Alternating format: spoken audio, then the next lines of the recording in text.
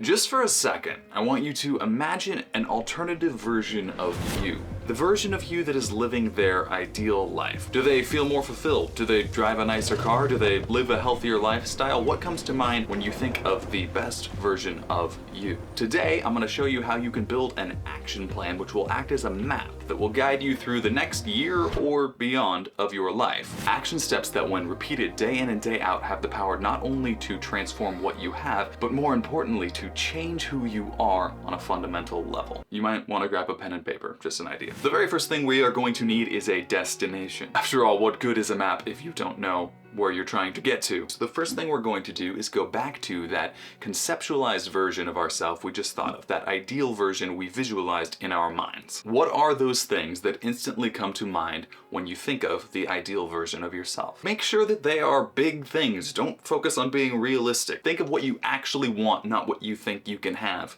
if that makes sense. It could be six-pack abs, $10 million, a supermodel girlfriend, a really nice car, whatever. Just pick something that you like. Right off the bat, you might have some internal resistance that bubbles up and starts to list off reasons why you can't have that kind of thing. Might say, you're not that kind of person, you think you could have that? Good luck, buddy, you don't know how to do that. Don't worry about that just yet. The very point of this map we're building, this action plan, is to break that how down into small bite-sized action steps, so don't stress too much. When JFK announced in 1962 that the US would put a man on the moon within a decade, nobody knew how to do that. But what JFK said was, we choose to do these things not because they are easy, but because they are hard. He knew setting goals that are hard requires us to grow in order to reach those aspirations, and that is the point. When you start to hear a little voice that says, I don't know if I can do that, no. That's how you know you're on the right track, because that is when you know you're pushing up against the boundaries of what you currently consider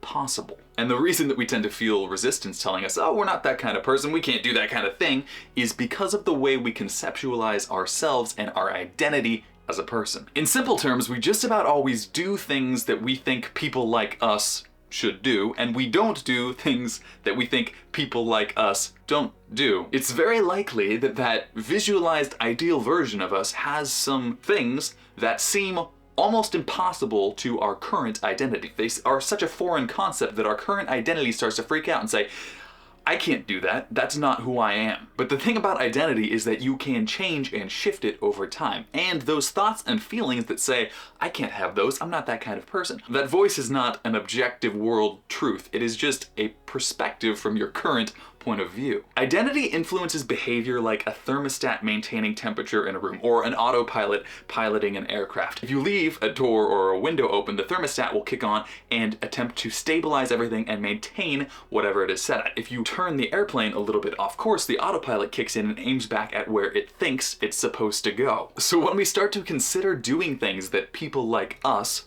don't do, this is where our comfort zones come from. It's an internal red flag that says, you're getting a little bit off course. We need to kick our autopilot back on to keep everything normal. This is not what you do. Therefore, our current thoughts and feelings are probably not the most trustworthy source of accurate information in regard to how to get to that future version of ourselves, who by their very definition thinks, feels, and acts differently from the voice that's telling you it's impossible to think, feel, and act that way. Get what I'm saying? It was Albert Einstein who said you can't solve a problem with the same kind of thinking that created it. And so if we can't solve this problem with the same kind of thinking that created it, we need to start thinking in a new way. Most people try to implement change in their life with a sort of three-step plan. We attempt to get more and more information, more and more proof of why we should do something. We think our way into feeling ready to do something. This can take a long time and also backfire because we can get stuck in the thinking, and we think and think and think and think, and the feeling never really comes around. So then we think and think, and eventually we either get sick of thinking or we think ourselves out of it. Today we're going to hijack that process just a little bit, because it turns out you can actually do the same thing in the opposite order. You can act, which affects your feelings, which affects your thoughts. Just like your identity affects what you think you do, what you do affects who you think you are. Let's take the example of somebody who wants to run a marathon, but they don't see themselves as being a runner. They don't run very much, but they would like to run a marathon. That's their goal. Let's say they make a decision. Every morning before breakfast, they're gonna go for a 15-minute run. At first, those thoughts and those feelings will conflict with this action. The thoughts and feelings will say, stay in bed where it's warm. Why are you doing this? Those voices come from the old version of you who sees the new things you're doing and goes, what the hell is this guy doing? That's not who we are.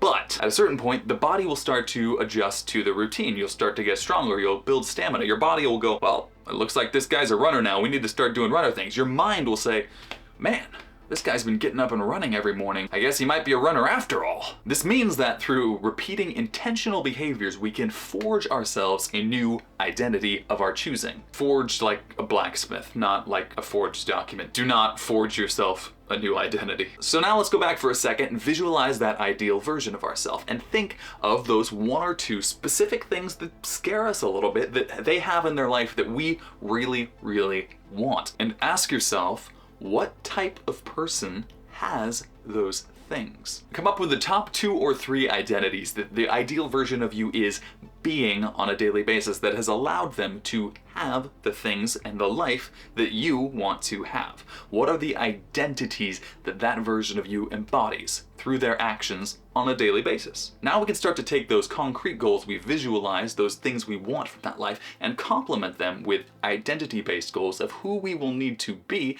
in order to get those things. The goal of having six-pack abs might become being a person who works out regularly and eats healthily. The goal of having more money becomes be a top salesperson or be an executive. Rather than simply having a really attractive girlfriend or boyfriend, you might become the kind of person who fosters a loving and mutually respectful relationship and puts a lot of time and energy into supporting it. We're taking the things we want to have and breaking them down into who we need to be in order to get them. Framing our goals in this way has 2 very important effects. Firstly, concrete goals are often unsustainable and a little bit disappointing after you achieve them. This is a huge part of why so many people regain weight immediately after a crash diet ends. You don't lose your 30 pounds and then the credits roll. You don't get a job as a high-end salesman and then instantaneously drive off into the sunset in a Lamborghini made out of cocaine. We need identity-based goals as well as objective-based goals because we need to keep the identity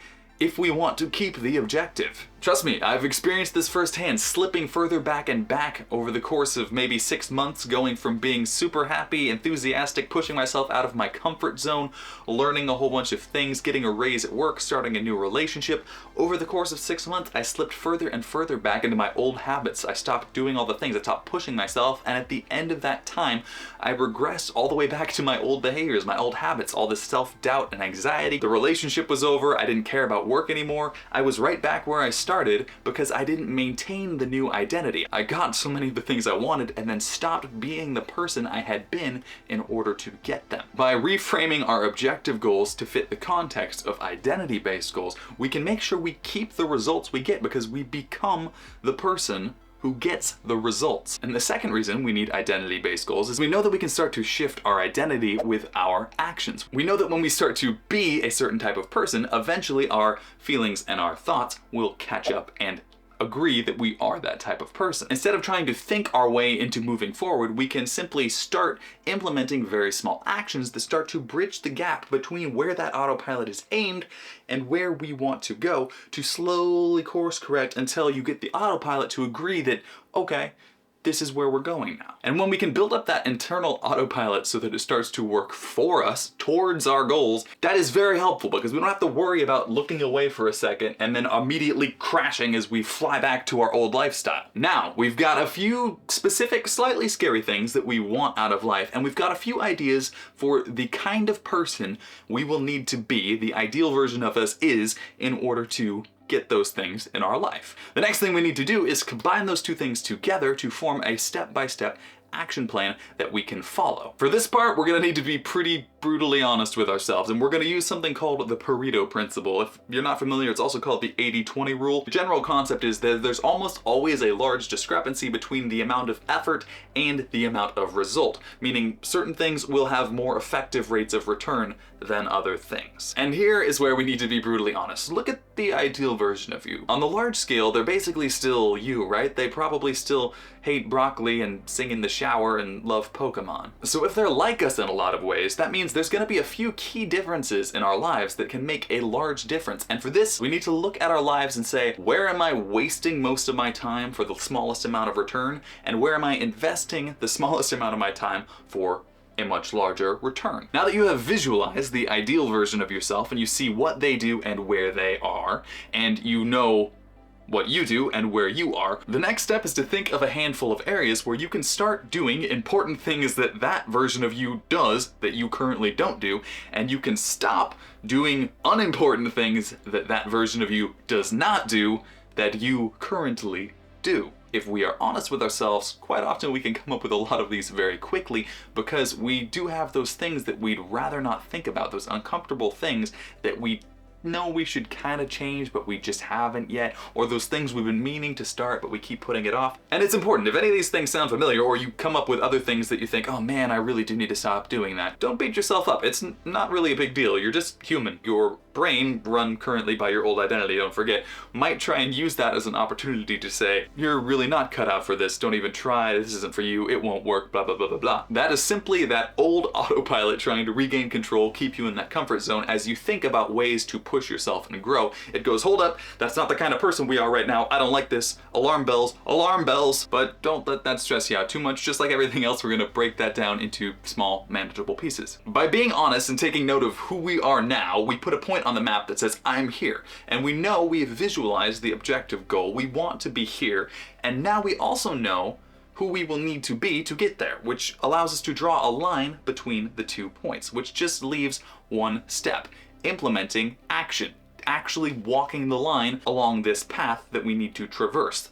There's just one problem. That path can seem awfully scary sometimes. That path might go over some big metaphorical mountains. So in order to build an action plan that actually works and not fall victim to that scared autopilot that says, we can't be over here, and tries to pull us off that path at every given opportunity, we need to follow a time-honored and highly effective strategy. Starting small, but never stopping. Time for us to exercise our imagination one final time on this inner journey. We need to imagine those behaviors that we would like to integrate into our life to become the ideal version of ourselves. Einstein once called imagination a preview of life's coming attractions, and that's exactly what this step is. We're going to visualize how we can take those behaviors we want to adopt to become the person we want to become, and break them down into very small daily actions that we can repeat to take the steps necessary to move us along this path without our autopilot freaking out and pulling us off course. It is okay to start very small. In fact, it's encouraged sometimes. In his book Atomic Habits, James Clear recommends starting with behaviors that take as little as 2 minutes a day. In fact, sometimes he says no more than 2 minutes a day. Let's say you want to run a marathon, but you've never ran before. Maybe you start building the identity of being a runner by just putting on your running shoes for 2 minutes every single day. If the objective goal you are chasing is maybe making a lot more money, you might try to adopt the identity of being a top salesperson. Maybe you spend 2 minutes every day recording yourself on an imaginary sales call, and then you listen back and take notes on where you can improve. If maybe the ideal version of yourself has lower body weight or lives a healthier lifestyle than you do, maybe you just start weighing yourself and writing down the number every day. And it might seem silly at first. You might think, how can this possibly make a difference? But the important part is that you are teaching your body that you are the kind of person who shows up for these behaviors. You can try to start the best routine in the world, but if you don't show up every day, it really won't make that big of a difference, will it? So start with daily steps that are so simple you have no excuse for ever missing a day. Then, once you have mastered the art of just showing up, you can add on another step. Add periodic complexity and difficulty to those habits and routines. Maybe you start spending 5 minutes jogging around the block a day to become a runner. Maybe you start recording 5-minute real sales calls and reviewing them to improve your sales. Maybe in addition to weighing yourself every day, you start doing 5 minutes of yoga every day. The point is to keep those behaviors small enough that no matter what, you will do them, and start to train your body that you are the type of person who does those things. And I know you might think, 5 minutes of yoga, come on man, that's not gonna do anything. But it is a hell of a lot better than no yoga. Something as simple as a 5-minute behavior per day starts to lay that groundwork in your brain to build the future identity on. But you can't start at Mach 10 and expect to sustain that level of progress, because you will burn out as a beginner. You won't know what to do. You might get discouraged because you're not seeing the results you want and quit, or you will get the thing you want, as you see in crash diets. People gain all their weight back because they have not shifted who they are being on an identity level. They have achieved a result, but it is unsustainable because they have not mastered the process of showing up every single day. It's the classic story of the tortoise and the hare, and a lot of people misunderstand the meaning in that story. We think of the tortoise as a lovable underdog who just happened to kind of get lucky. Nobody really wants to be the tortoise. We all want to be just a smarter version of the hare and not take a nap. But in life, the tortoise pretty much always wins. Consistent steps of very small behavior repeating on time and building more complex systems, stacking on top of old behaviors and just not stopping, will basically always win out over short, inconsistent bursts of energy. The point is that by merely doing that 5 minutes of yoga a day, you start to build the evidence that you are the kind of person who cares about their health. If you've been running 5 miles every day, at some point you're going to go to lunch and see the dessert option and think, if I'm spending all this time running in order to be healthy, it wouldn't make very much sense for me to get this 500-calorie dessert at lunch. I'm not that kind of person. As the identity grows, you continue moving on to the next step, stacking on more layers of complexity and difficulty that you are now prepared to handle. Developing a healthier lifestyle goes from weighing yourself daily to weighing yourself daily, taking a yoga class, and committing that you always take the stairs instead of an elevator. So, go back to those identity characteristics that the ideal version of you embodies on a daily basis that allow them to have those things you want. Who are they being? Break those behaviors down. What do they do?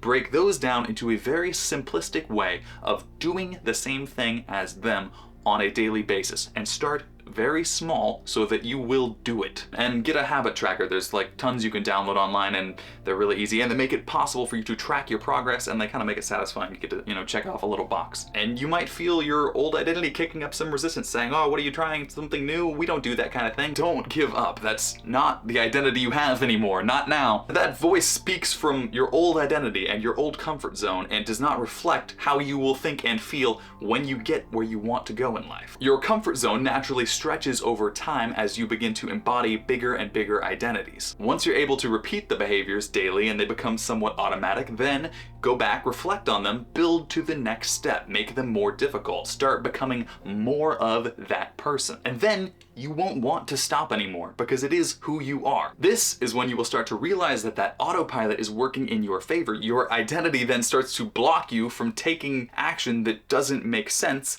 within that framework. And with this, we have built the final part of that map. We now know how to take small daily action steps along this path that we have mapped out between where we are now and where we want to be. We cannot choose what circumstances life throws at us, but we can absolutely choose what we do in response to those circumstances. That is the force of identity. It's a way of being, a lifestyle that is integral to who you are, how you show up in the world, that will in the long run carry you to success on the way to achieving your goals. You've got the map, you know where you want to go, you know where you are now, you know the person you will need to become, the path in order to get there, and you've got some daily steps you can take to start walking that path today. All that's left is to put one foot in front of the other, start walking, and don't stop. Now, get out there, start transforming those dreams into your reality. Take that ideal self and your actual self and make them into the same thing. And if you're looking for inspiration on who you want that ideal version of yourself to be, or ideas for behaviors you might implement, then what you need to do next is check out this video right here where I go over 6 books that have had a huge impact on my life, and I share the most valuable takeaways I found from each of them. One of the books featured in that video is Atomic Habits by James Clear, which featured heavily in the inspiration for this video right now. So go check that out. Thanks for watching. See you next time.